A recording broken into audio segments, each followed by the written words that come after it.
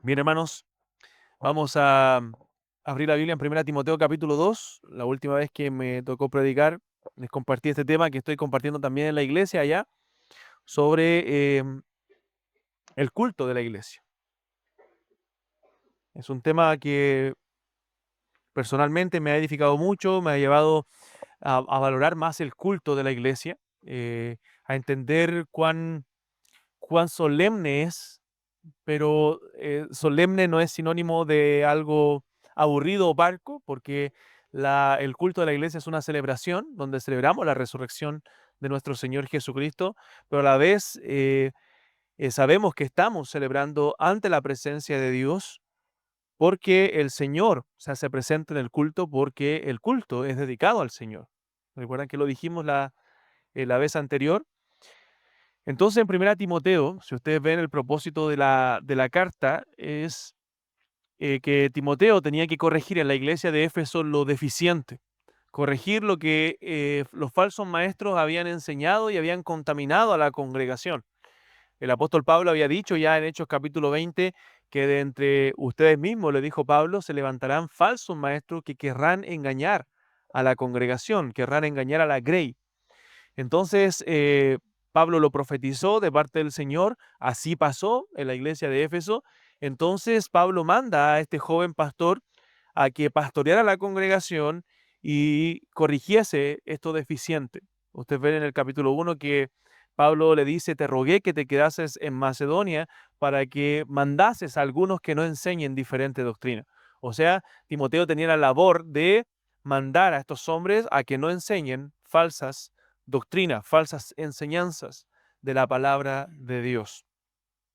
Entonces probablemente habían corrompido muchas cosas, el rol de la mujer, habían corrompido el culto de la iglesia, la predicación de la palabra, muchas cosas estaban contaminadas dentro de la iglesia de Éfeso y Timoteo tenía la labor de corregirlas, de enseñar la doctrina verdadera y que la iglesia pudiera tener esa reverencia también al Señor y saber que cuando estaban adorando a Dios en el culto, estaban delante de la presencia misma de Dios.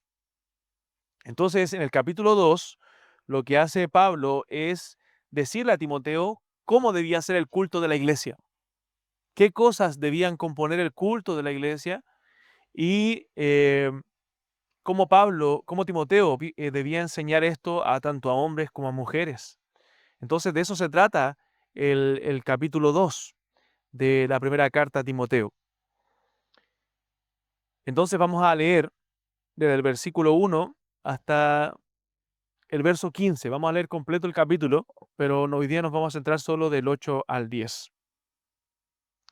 Dice, exhorto ante todo a que se hagan rogativas, oraciones, peticiones y acciones de gracia por todos los hombres, por los reyes y por todos los que están en eminencia, para que vivamos quieta y reposadamente en toda piedad y honestidad. Porque esto es bueno y agradable delante de Dios nuestro Salvador, el cual quiere que todos los hombres sean salvos y vengan al conocimiento de la verdad.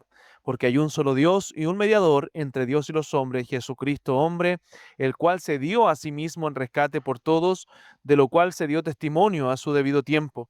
Para esto yo fui constituido predicador y apóstol, digo verdad en Cristo, no miento, y maestro de los gentiles en fe y verdad. Quiero pues que los hombres oren en todo lugar, levantando manos santas sin ira ni contienda. Asimismo que las mujeres se atavíen de ropa decorosa, con pudor y modestia, no con peinados ostentosos, ni oro, ni perlas, ni vestidos costosos, sino con buenas obras, como corresponde a mujeres que profesan piedad. La mujer aprenda en silencio con toda sujeción, porque no permito a la mujer enseñar ni ejercer dominio sobre el hombre, sino estar en silencio. Porque Adán fue formado primero, después Eva. Y Adán no fue engañada, sino que la mujer, siendo engañada, incurrió en transgresión, pero se salvará engendrando hijos si permaneciera en fe, amor y santificación con modestia. Bien, nosotros la semana antepasada, ante la venida del pastor Mark, vimos del verso 1 al 7. No sé si recuerdan, vimos del 1 al 7 y nosotros dijimos esta siguiente división en cuanto al culto de la iglesia. Del versículo 1 al 3, nosotros vemos cómo el apóstol Pablo le indica a Timoteo cómo debía hacer las oraciones que la iglesia debía levantar y que exhortaba ante todo, el apóstol Pablo, a que se hicieran estas rogativas, estas oraciones, estas peticiones y acciones de gracia por todos los hombres, tanto por los que están en eminencia como los que no. O sea, en la iglesia debe haber oración. Las oraciones son importantes dentro de la iglesia, no son algo más dentro del programa de la iglesia, sino que es algo de vital importancia, porque estamos delante de la presencia de Dios cuando nosotros oramos. Desde el versículo 4 al 7, nosotros vimos qué es lo que debe estar en el centro del culto, y eso es el Evangelio. El Evangelio debe estar dentro del centro del culto, debe ser central en las canciones que nosotros cantamos, en la lectura de la Biblia, en la predicación de la palabra, en las oraciones que nosotros hacemos, debe estar el Evangelio, porque nosotros tenemos un solo Dios y un mediador entre Dios y los hombres, Jesucristo, hombre. Lo que hace diferente al cristianismo de otras religiones es Cristo y la mediación de Cristo. Nosotros estamos en Él y Él ha obrado por nosotros. Y nosotros nos dirigimos a la presencia de Dios y estamos en el culto en la presencia de Dios a través de nuestro Señor Jesucristo. Porque tenemos este mediador entre Dios y los hombres, Jesucristo hombre. La siguiente división del versículo 8 al 10 nos muestra la actitud que nosotros debemos tener dentro de la iglesia, cómo los hombres deben comportarse dentro de la iglesia y cómo las mujeres también deben comportarse dentro de la iglesia. Y eso vamos a ver el día de hoy. Y del versículo 11 al 15, que vamos a ver Dios mediante la próxima semana, el próximo domingo, nos habla del rol de la mujer en la iglesia. Y así termina el capítulo 2 de Primera a Timoteo. Y es como Pablo lo señala, lo enseña a Timoteo para que él lo enseñe también en la iglesia. Recuerden que la carta de Timoteo tiene el propósito de que Timoteo y la iglesia supieran cómo debían conducirse en la casa de Dios, que es la iglesia del Dios viviente, columna y baluarte de la verdad. Entonces, Pablo deja claro y da por hecho en todo el capítulo 2 que los que deben presidir los cultos de la iglesia son los varones. Hermanos, debemos tener claro que no son las mujeres las que deben dirigir los servicios de los cultos, son los varones bíblicamente establecidos para presidir dentro de la congregación. Es por eso que Pablo deja claro que los hombres son los que deben estar presidiendo el culto. Y la mujer, como lo vamos a ver la próxima semana para ver el rol de la mujer, el versículo 11 dice que la mujer aprenda en silencio con toda sujeción. No es que esté en silencio y la mujer no pueda hablar, sino que aprenda bajo la autoridad del varón. No permite el Señor a la mujer enseñar ni ejercer dominio en el culto público cuando hay varones presentes. ¿Por qué? Porque ese rol desde la creación de gobernar, de dirigir, ha sido dado a los hombres. Y esa es nuestra responsabilidad bíblicamente hablando. Entonces no es responsabilidad de las mujeres. Entonces cuando hay mujeres presidiendo el culto, ¿cierto? Se está haciendo algo que es antibíblico y se está denigrando el rol del varón. Entonces, no creemos en el liderazgo femenino dentro de la iglesia y no creemos en el pastorado femenino dentro de la iglesia porque eso no es bíblico. Eso no es bíblico.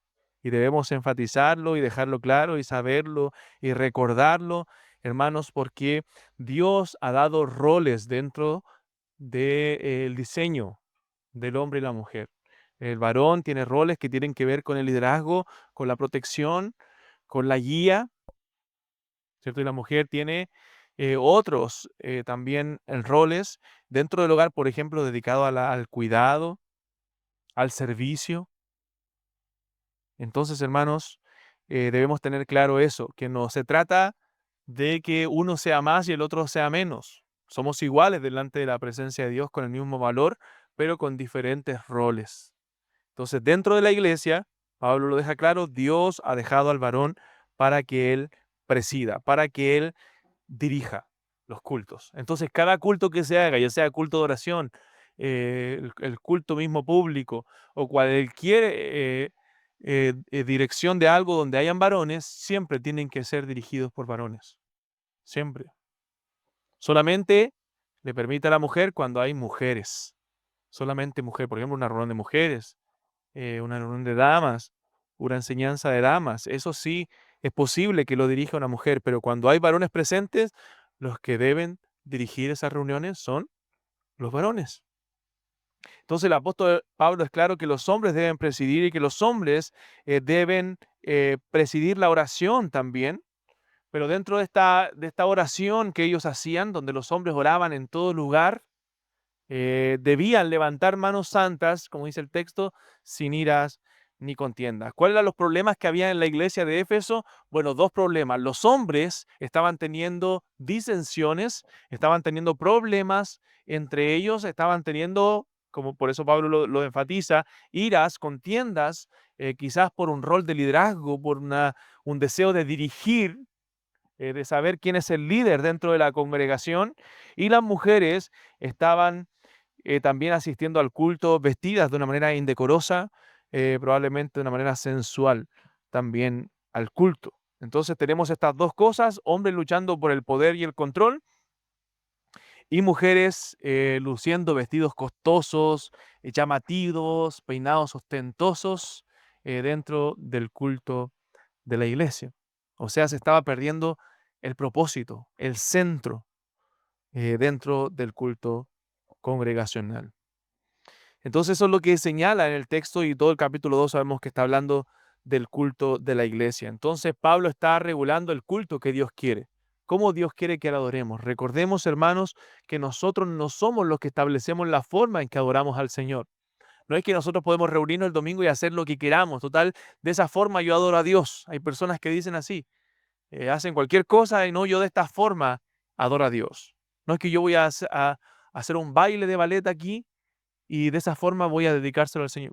¿Eso lo mandó el Señor, hermanos, en el culto de la iglesia? Voy a hacer una obra de teatro aquí, con esa obra vamos a glorificar al Señor. ¿Dios mandó eso en el culto de la iglesia? No, es que aquí no le adoramos como nosotros pensamos que debemos adorarle. Nosotros le adoramos como Dios manda que debe ser adorado.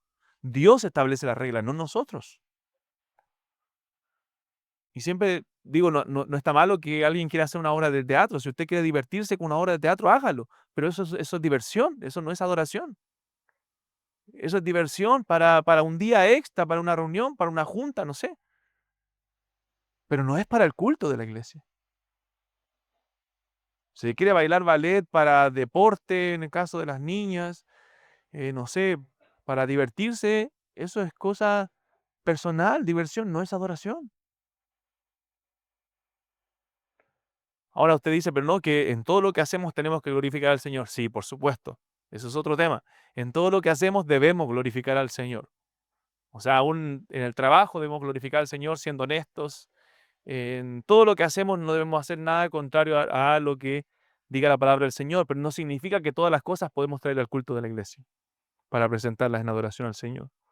Debemos hacer lo que Dios manda que hagamos en el culto. ¿Y qué Dios manda que hagamos en el culto? Bueno, Dios manda que cantemos en el culto, que oremos en el culto, que leamos las escrituras en el culto, que prediquemos la palabra en el culto y que todo eso, y que demos ofrendas adorando a Dios a través en el culto y que todo eso glorifica al Señor. Nada más. No hay nada más que debemos agregarle a eso. No es que hoy día vamos a ver una película cristiana. No, ¿quién dijo que Dios manda eso en el culto? No, pero es que nos va a hacer llorar, nos va a como, bueno, eso es emoción nomás. Para transformar los corazones, Dios nos ha dejado las películas cristianas. Dios ha dejado su palabra. Si usted quiere ver películas cristianas, véala una noche de cine cristiano y vea una película y llore si quiere, si le conmueve la película. Yo también lloro con las películas, pero al final sé que es algo emocional. Son películas nomás. Y la hicieron para eso. Pero lo que realmente va a transformar mi vida va a ser la palabra de Dios. Nada más que eso. Porque la palabra de Dios es viva y eficaz y más cortante que toda espada o filo, y penetra hasta partir el alma y el espíritu, las coyunturas y los tuétanos, y discierne los pensamientos y las intenciones del corazón. La ley de Jehová es perfecta, que convierte el alma, que hace sabio al sencillo, que alegra el corazón, que alumbra los ojos. Es la palabra de Dios la que nos transforma. Entonces, todo lo demás es, si lo ofrecemos en el culto, es fuego extraño. Dios desde el principio condenó la falsa adoración. Desde el principio, desde el Génesis, con Caín y Abel. ¿Por qué el sacrificio de Caín no fue aceptado por Dios, hermanos? Porque Caín trajo lo que a él le pareció correcto. Dios pedía ¿qué? Un sacrificio. porque ese sacrificio apuntaba a Cristo. Ese sacrificio apuntaba al Salvador. Entonces no es que le podía adorar con lo mejor de la tierra, con el fruto de la tierra. No, Dios miraba el corazón de Caín, pero también el sacrificio. Y Dios ha establecido la forma en que nosotros le debemos adorar. Hermanos, si ustedes recuerdan ahí en primera de Crónicas, primero de Crónicas o segundo de Crónicas, donde David traslada el arca del pacto, ¿recuerdan? O primero de Samuel. David traslada el arca del pacto después que le fue robada, ¿cierto? Por los filisteos. Ellos le traen enfermedades, ellos la devuelven con tumores de oro, ¿recuerdan todo eso? Y cuando la devuelven, ellos la devuelven en un carro nuevo, ¿cierto? Así la enviaron el arca del pacto para que llegara a la tierra de Judá. Pero después cuando David quiere sacar el arca de la casa de Obed-edom, si no mal recuerdo, David dice ya, tenemos que trasladar el arca a la casa de David. Entonces, ¿cómo lo vamos a hacer? ¿Qué forma adoptó David? Bueno, lo único que David tenía en mente es cómo los filisteos trajeron el arca. Era a través de un carro nuevo. Hizo exactamente lo mismo en un carro nuevo y la llevó hasta su casa. ¿Tenía buenas intenciones David? Hermano, David tenía las mejores intenciones. ¿Pero nos bastan solamente las buenas intenciones? No. Debe hacerse como Dios lo mandó, como Dios lo establece. ¿Y qué pasó en ese momento? Usa, que era benjamita, que no era de la tribu de Leví, cuando el carro se movía, ¿cierto? David ahí estaba danzando y usa para que no se cayera el arca, extiende su mano y muere en ese mismo instante. Vemos el juicio de Dios por ofrecer fuego extraño, por hacer las cosas de manera incorrecta. Nadab y Abiú murieron delante de la presencia de Dios por ofrecer fuego extraño, por no hacer las cosas como Dios las había mandado. Debemos ser temerosos en cómo ofrecemos nuestros sacrificios al Señor, cómo ofrecemos nuestra adoración al Señor. ¿Qué David dijo después? Si usted lee ahí el texto, él se arrepiente delante de Dios y dice, porque no lo hicimos según su ordenanza. Y la segunda vez, ¿cómo lo hace? Él averigua cómo Dios lo había establecido. Y a través de los levitas debía trasladarse el arca con varas de madera de acacia, ¿cierto? Recubiertas en oro, y sobre los hombros de los levitas, y ellos eran los únicos autorizados para el traslado del arca, no un benjamita, como en el caso de Usa. Y esa es la forma que Dios ha establecido. Dos hermanos, con Dios no se juega. En el culto del Señor no se juega, porque el culto fue dado para Dios, para la gloria de Dios. A uno de nuestros niños debemos enseñarles que en el culto es el culto para el Señor. Es para la gloria de Dios y debemos ir enseñándoles a que se vayan comportando con reverencia, porque estamos delante de la presencia de Dios. Entonces no es un juego. Entonces necesitamos meditar, reflexionar, atender la palabra de Dios y dentro de este texto ver cuáles son los principios que podemos rescatar para nuestro aprendizaje, esos principios eternos de la palabra del Señor. Entonces aquí hay principios que nosotros debemos rescatar también. En el versículo 8 vemos la advertencia para los varones y dice, quiero pues que los hombres oren en todo lugar levantando manos santas sin ira ni contienda. O sea, Pablo le está diciendo acá a los hombres que ellos deben presentarse delante del Señor en el culto, presentar sus oraciones, levantando manos santas, que era la costumbre de aquel entonces de los creyentes de orar con las manos alzadas, sin iras ni contiendas. O sea, no en medio de disensiones. No pueden ustedes estar levantando las manos al Señor orando cuando en medio de ustedes hay disensiones, cuando hay peleas entre ustedes por quién va a liderar el culto, por quién va a gobernar, por quién va a dirigir. Debe haber una vida santa, presentarse con un corazón santificado, con una vida entregada al Señor. ¿Por qué? Porque estamos delante de la presencia de Dios y el culto no es para mostrar quién lidera, el culto no es para mostrar quién tiene más habilidades de comunicación, el culto es para la gloria de Dios. Por lo tanto, no podemos presentarnos delante de Él con iras, con contiendas, con disensiones, con peleas en medio de la iglesia. Entonces, Quiero pues, dice Pablo, es un mandato, quiero pues que los hombres oren en todo lugar, en todos aquellos lugares donde se realizaba el culto público, ya sea en casa, ya sea al aire libre, ya sea en cualquier lugar. Recuerde que o en lugares arrendados también la iglesia en algún momento se congregó.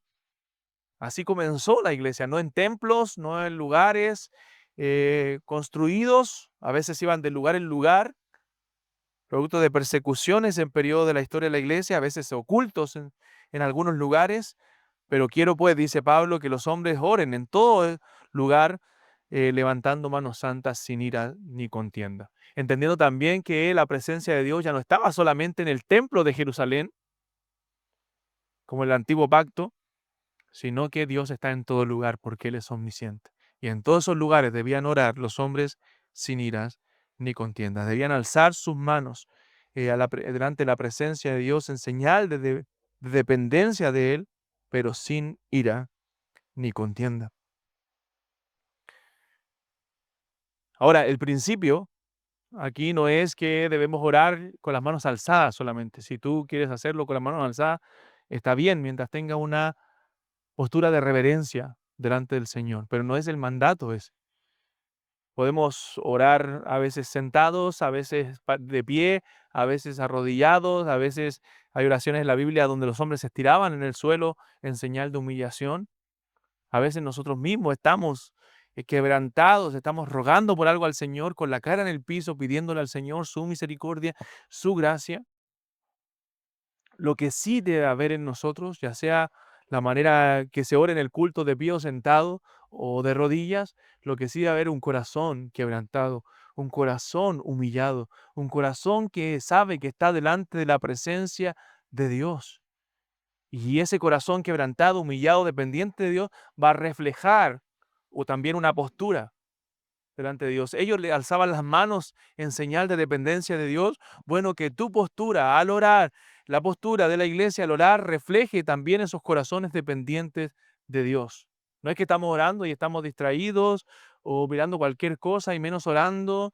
No, porque eso refleja ¿qué? Refleja desinterés, irreverencia. Entonces, cuando estamos orando, estamos en una posición reverente. Ya sea estés sentado, estés de pie o estés de rodillas, debe haber una posición reverente que refleje mi corazón dependiente de Dios, que refleje un corazón santificado, un corazón con pecados confesados. El culto es un momento también para confesar nuestros pecados delante de Dios. Oramos en arrepentimiento. Oramos confesando nuestros pecados. De hecho, cada vez que oramos después de la predicación de la palabra, en esa oración debemos confesar nuestros pecados después que la palabra nos ha hablado, después que Dios nos ha exhortado con su palabra, debemos pedirle perdón por nuestros pecados, pedirle perdón porque le hemos fallado, porque no hemos cumplido su palabra como debiéramos hacerlo. Entonces la oración es algo importante y Pablo lo vuelve a enfatizar en estos textos para que nosotros entendamos que más allá de la postura física, incluso dentro de la oración, debe haber un corazón quebrantado, una actitud de un corazón que sabe que está siempre delante de la presencia de Dios. Entonces, cuando se reúnan los hombres a orar, cuando los hombres oren, que oren sin iras ni contienda. No puedes estar dirigiéndote al Señor y si tú estás con estorbo en tu corazón, si tú estás con iras, con contiendas, con algún hermano, con alguna disensión, con alguien, entonces tus oraciones no están llegando delante de la presencia de Dios, están teniendo estorbo porque hay un conflicto ahí. Y estos hermanos estaban teniendo ese conflicto de posición. ¿Necesitas presentarte ante Dios? Sí, en el culto de la iglesia, pero sin ira ni contienda. Y el Señor pesa nuestros corazones, el Señor sabe lo que hay en nuestro corazón. Sabe si en nuestro corazón hay pecados, sabe si en nuestro corazón hay disensiones, si hay problemas, si hay dificultades, si hay contiendas con algún otro hermano dentro de la iglesia. El Señor lo sabe, hermanos, al Señor no le podemos esconder eso. Entonces, si nos vamos a levantar, a presentar delante de la presencia del Señor, no puede ser con un corazón orgulloso, no puede ser con un corazón que no ha perdonado, no puede ser con un corazón rebelde, no puede ser con un corazón que no ha perdonado a su esposo, a su esposa. Porque cuando hay disensiones aún dentro del matrimonio, o a su padre, o a su madre, o a su hijo, cuando hay ese tipo de disensiones, nuestras oraciones tienen estorbo, dice la Biblia. no llegan bien delante de la presencia de Dios. Es por eso que debemos pedirle al Señor un corazón contrito y humillado. Una oración, que podamos levantar una oración que vaya acompañada con los afectos correctos, con el corazón correcto, con la actitud correcta. No solamente no basta, hermano, con tener una actitud física correcta, estar rígidos, parados cuando oramos, o sentados o de rodillas, si nuestro corazón no está quebrantado. ¿De qué sirve eso? Sería legalismo, sería lo mismo que los fariseos. Los fariseos oraban de pie, levantaban sus manos, ellos estaban llenos de versículos, de filacterias en su cuerpo, pero su corazón estaba lejos de Dios. Más que la postura, es el corazón. Eso es lo que mira el Señor. Entonces, la pregunta es, ¿cómo está nuestro corazón? ¿Por qué nuestras oraciones a veces son tan secas? ¿Por qué no tenemos una vida fructífera en cuanto a la oración en nuestra vida personal? Probablemente haya algo en tu corazón que la está estorbando, algo no confesado, alguna riña, alguna disputa con alguien, alguna ira, alguna contienda que está dañando tu comunión con Dios. Porque para que nuestras oraciones, hermanos, no tengan estorbo, debe ser con manos santas, con vidas santas, con corazones santificados delante del Señor.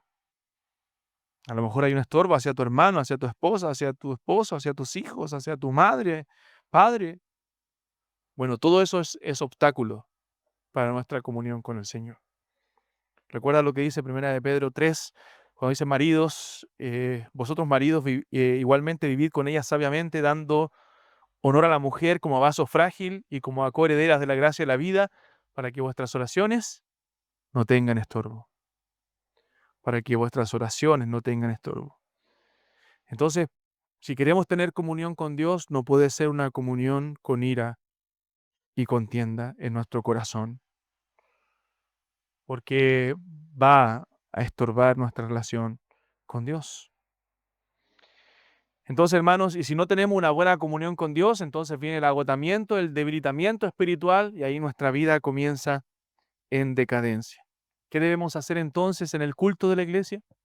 Orar y desnudar nuestro corazón delante de Dios, confesar nuestros pecados y pedirle perdón al Señor por ese corazón engañoso, por ese corazón perverso, por ese corazón que a veces está lleno de ira o de contienda en contra de nuestro hermano.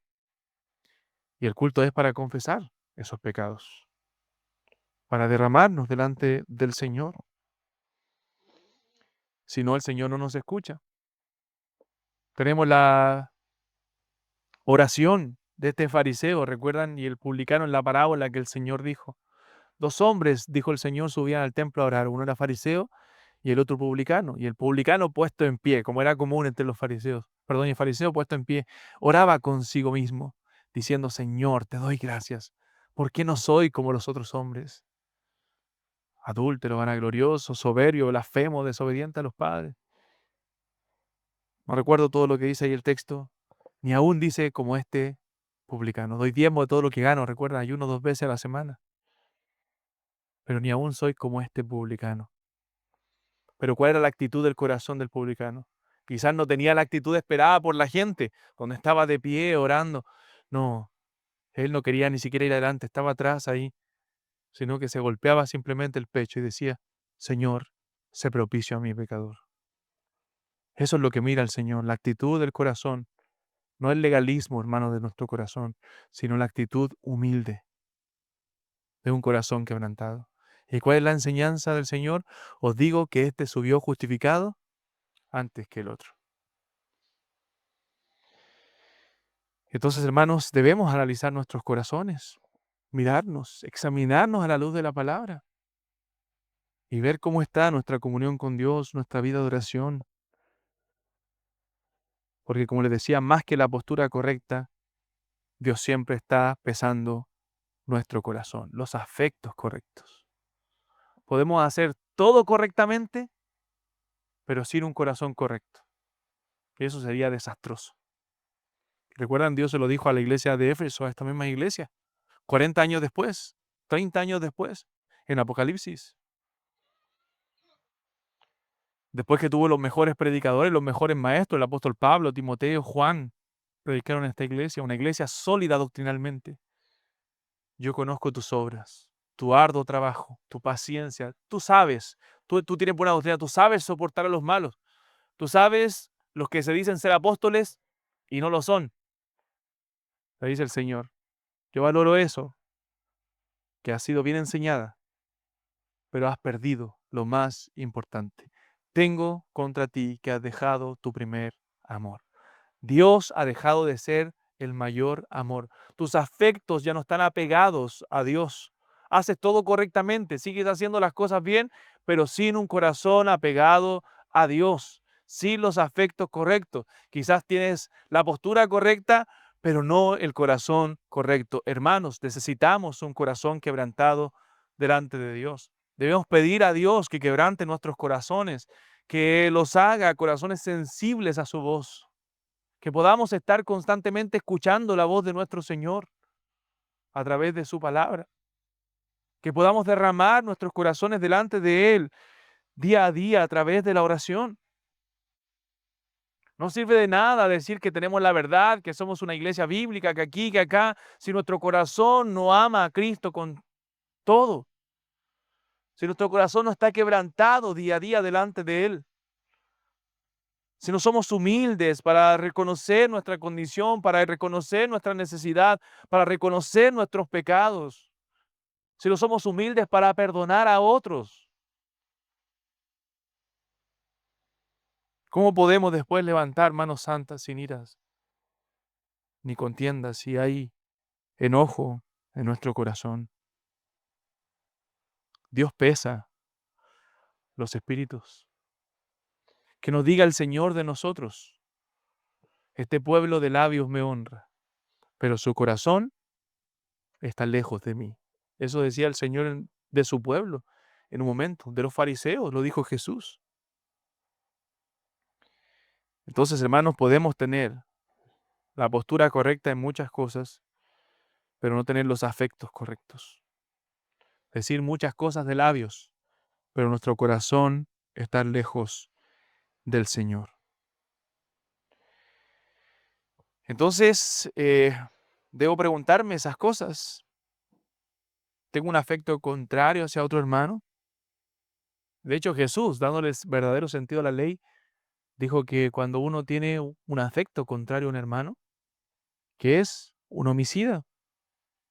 He matado a mi hermano en mi corazón, he roto el mandamiento, no matarás. Cuando yo tengo algo no confesado, no tratado con mi hermano.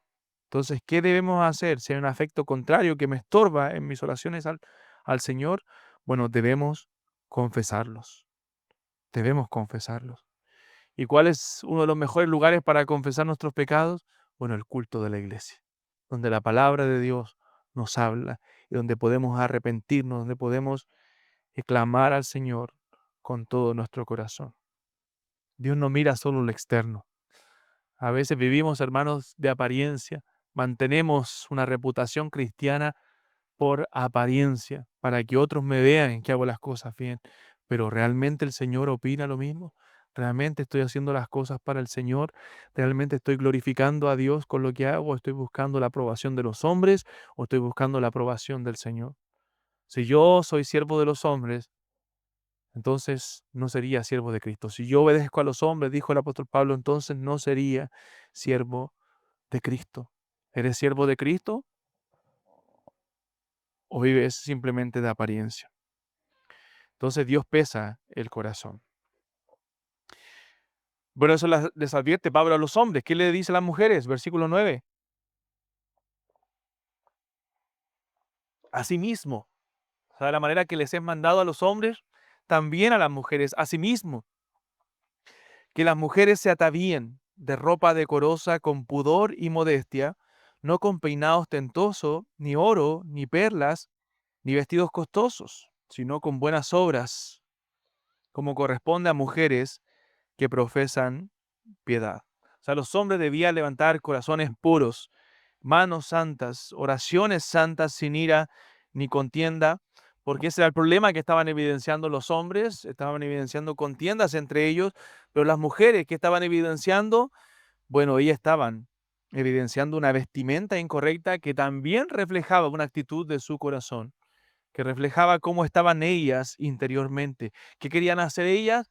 Bueno, ¿qué estaban haciendo? Ataviándose de vestidos caros, costosos, las que tenían más recursos, de peinados carísimos, de perlas, de oros, simplemente para llamar la atención, simplemente para llevarse el protagonismo dentro del culto de la iglesia. Pero hermanos, debemos recordar que el único protagonista, el que debe llevarse el centro de nuestra atención, es el glorioso Señor Jesucristo y no los hombres. No estamos aquí nosotros para lucirnos, ni para lucirnos en el púlpito los varones, ni las mujeres para lucir su belleza física o su ropa nueva que se compraron. No, hermanos, estamos aquí para darle la gloria al Rey de Reyes y Señor de Señores, para darle la gloria a Cristo. En el contexto de Éfeso, vemos una ciudad entregada a la idolatría, una ciudad entregada a la inmoralidad, a la fornicación, a la suciedad, y eso parece, entrado también dentro de la misma iglesia de Éfeso. Y estas mujeres estaban vistiendo de una forma que distraían en el culto de la iglesia. Entonces no debemos en el culto llamar la atención sobre nosotros, sino que la atención debe estar en Dios. Habían eh, diferentes nacionalidades dentro de la iglesia, una iglesia multicultural, la iglesia gentil de aquel entonces. El nivel socioeconómico también dentro de la iglesia era diferente y habían personas muy adineradas, como habían personas pobres, habían amos, como habían también esclavos dentro de la iglesia. Y usted ve que en las cartas Pablo regula todo eso y el trato que debía haber entre los hermanos en la fe. Entonces, ¿qué estaba pasando? Las mujeres más adineradas se compraban los mejores vestidos, se pagaban los peinados más caros, las mejores joyas, y así avergonzaban y menospreciaban a las mujeres que tenían menos. Y lo hacían simplemente para llamar la atención sobre ellas. Entonces, hermanos, sabemos que el culto no es para demostrar quién tiene más. El culto no es para demostrar quién es la mujer más bella. El culto es para Dios. Es por eso que las mujeres cristianas deben preguntarse si su manera de vestir, no solo en el culto, sino en su vida, refleja su corazón piadoso, su corazón entregado al Señor. Mujeres que profesan piedad. Entonces me pregunto, ¿le agrada a Dios la forma en que me visto? ¿Le agrada a Dios la forma en que llevo mi atuendo al culto? Imagine esto, mujeres con vestidos carísimos, otras mujeres con vestidos simples y avergonzadas quizás por estas mujeres que querían el protagonismo. Entonces la enseñanza no es que llamemos la atención con estas vanidades, sino que vistan las mujeres de una forma piadosa, de una forma que profesen piedad. No es que no se atavíen, no es que no se decoren, no es que no está hablando de mujeres desaliñadas, sino que se atavíen, pero decorosa, de ropa decorosa con mujeres que profesan piedad. Que lo externo refleje ¿qué? Lo interno, el corazón. Y que con esa vestimenta, bueno, tanto hombres o mujeres, lo que hagamos sea glorificar al Señor. Y preguntarnos, mirarnos al espejo, ¿esta forma en que me he visto glorifica al Señor? ¿Es de una mujer que profesa piedad? Porque aún con nuestra vestimenta debemos glorificar al Señor. De hecho, cuando los presbíteros o los reverendos, los pastores, los ancianos de las iglesias en algún momento empezaron a usar la toga, ¿recuerdan? Esa toga negra que usaban los presbíteros dentro de las iglesias, la usaban justamente con ese propósito, de que su atuendo, su vestimenta, no llamara la atención dentro del culto, sino que solamente lo llamara la palabra de Dios. Que la gente no estuviera preocupada de cómo se viste el ministro, sino que esa toga negra tapara todo su cuerpo para que la gente se centrara en la palabra de Dios. Entonces Pablo da esta advertencia, esta enseñanza contra la vanidad de las mujeres. Y le decía a los hermanos en la iglesia hoy día en la predicación, decía que los hombres a veces no nos importa si alguien se compró el mismo vestón, el mismo zapato, el mismo chaleco, da lo mismo. Capaz que ni me daría ni cuenta. El otro día mi hijo me dijo, ¿viste que el hermano se compró? No, no me había dado cuenta. El mismo, parece, chaqueta que tú. No, no me di cuenta, le dije, hijo. Pero a veces las mujeres, si una hermana o otra mujer tiene lo mismo, entonces no, no me lo pongo si lo tiene la hermana tanta. Hermano, ¿eso es vanidad? ¿Es vanidad? ¿Por qué? Si esto no es una competencia. Entonces estamos nosotros eh, para servir y agradar a Dios y que mi vestimenta glorifique al Señor. Entonces las mujeres deben cuidar su corazón de eso, cuidar su corazón de la vanidad. Y asimismo las mujeres se atavíen de ropa decorosa, con pudor y modestia. Ese es el principio que debe seguir aplicando. Quizás no es la misma vestimenta que en aquellos tiempos, pero sí el principio permanece, pudor y modestia.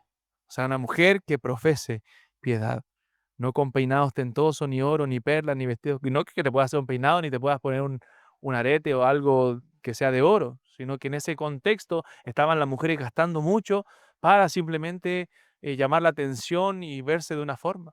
El principio que permanece hasta hoy es el pudor y modestia. Estoy vistiéndome con pudor y modestia, con ese sentido de vergüenza, como lo que significa la palabra ahí. Estoy mirándome y no estoy exhibiendo nada que deba exhibir. Estoy haciendo las cosas correctamente. Mi vestimenta refleja esa piedad. No voy a llamar la atención de nadie. Esas son las preguntas que debemos hacer. Y los esposos debemos ayudar a nuestras esposas en eso. Porque tú debes vestirte para el Señor y para que el único que te encuentre hermosa sea tu esposo. Porque nadie más debe encontrarte hermosa que tu esposo. Y yo a la única mujer que debo encontrar hermosa, cierto y bella, es a mi esposa. Entonces, hermanas, deben luchar con eso, con ese pecado que a veces está en el corazón. Y vestirse con piedad, con modestia, con sentido de vergüenza, como mujeres que profesan piedad. Literalmente lo que Pablo está queriendo decir es que no llamen la atención, no llamen la atención con sus vestimentas. Hermanos, las mujeres no pueden llamar la atención de nadie más. Como decía, que de sus esposos y a través de su vestimenta darle la gloria al Señor. Y si hay algo que pueda ser provocativo, que pueda ser incorrecto dentro de mi vestimenta, debo sentir vergüenza por ello y arrepentirme y confesarlo delante del Señor. Entonces esa debe ser la actitud en el culto, tanto de los varones, de no levantar sus manos santas con iras, con contiendas, y las mujeres de esa vestimenta dentro del culto. ¿Cómo deben vestirse? Versículo 10, sino con buenas obras, como corresponde a mujeres que profesan piedad. O sea, las buenas, lo que debe caracterizarte, hermana mía, no es tu vestido, lo que debe caracterizarte es tu belleza interior, tus buenas obras, cómo tú sirves, cómo tú te comportas, el ejemplo que tú eres a otras mujeres. Y ese es el mandamiento para las mujeres. Esa es la actitud que debe haber en el culto y el testimonio que deben tener las mujeres, vestirse de buenas obras. Como esas mujeres que acompañaron al Señor, como esas mujeres que aparecen en la Biblia, tanto en el Antiguo como en el Nuevo Testamento. Incluso la historia de la iglesia relata a muchas mujeres que fueron piadosas, piadosas, mujeres que sirvieron, mujeres que estuvieron ahí sirviendo al Señor, mujeres que estuvieron sirviendo a los apóstoles, mujeres que estuvieron sirviendo junto a sus esposos en la obra del Señor. La mujer virtuosa, Proverbios 31, se viste así. ¿Cierto? ¿Cuál era su vestimenta? Bueno, su vestimenta tenía que ver con sus buenas obras. De hecho, lo que más se destaca son sus manos, cómo ella trabajaba con sus manos, cómo hacía cosas con sus manos, sus buenas obras. Y eso debe caracterizar también a la mujer piadosa. Entonces, en conclusión, hermanos y hermanas, no debemos profanar el culto al Señor. No debe haber esa lucha de poder entre los varones de la iglesia, ni esa lucha de apariencia o de belleza entre las mujeres. Debemos cuidar nuestra actitud, la actitud de nuestro corazón en el culto de la iglesia. ¿Cómo estamos presentando esta adoración al Señor? porque hermano, Él es glorioso, Él es bello, Él debe cautivar nuestra atención, Él debe llenarlo todo dentro del culto de la iglesia, porque Él es el Dios verdadero y el glorioso Señor Jesucristo, y Él merece lo mejor, y ninguna belleza de este mundo competirá con la belleza más hermosa que es Cristo el Señor, con la belleza más hermosa de Cristo el Señor. Entonces, debemos preguntarnos, ¿está reflejando la actitud de mi corazón un deseo de glorificar al Señor? ¿Tengo la actitud correcta para glorificar al Señor con mi vida? ¿Estoy purificando mi corazón? Entonces Pablo le dice a las mujeres, vístanse de buenas obras, de piedad, de un espíritu manso, de humildad, como dice 1 Pedro, de un ornato, de un espíritu afable y apacible que es de grande estima delante de Dios. Vístete con un corazón hermoso, que tu belleza sea la interior, que mientras vayas creciendo, madurando, envejeciendo externamente, te vayas rejuveneciendo y embelleciendo internamente. Eso debe procurar una mujer cristiana. Entonces estamos llamados, hermanos, a examinar nuestro corazón y a ver si realmente estamos glorificando al Señor con nuestra actitud en el culto de la iglesia. Y no solamente en el culto de la iglesia, sino en nuestra vida diaria. Tenemos un corazón quebrantado, un corazón contrito, un corazón dispuesto a glorificar al Señor, un corazón moldeable, un corazón enseñable, un corazón sensible a la voz de Dios, o nuestro corazón se va endureciendo cada vez más producto del pecado y eso nos lleva a alejarnos de Dios. Entonces examinemos nuestro corazón a la luz de su palabra. Vamos a orar.